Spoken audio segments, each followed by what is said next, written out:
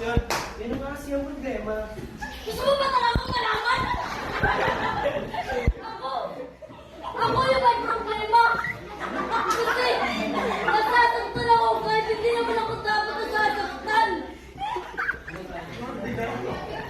Sana kaya kong tiisin lahat ng sakit na nararamdaman ko. Kasi pinili ko to, di ba? Ginusto ko. Wow.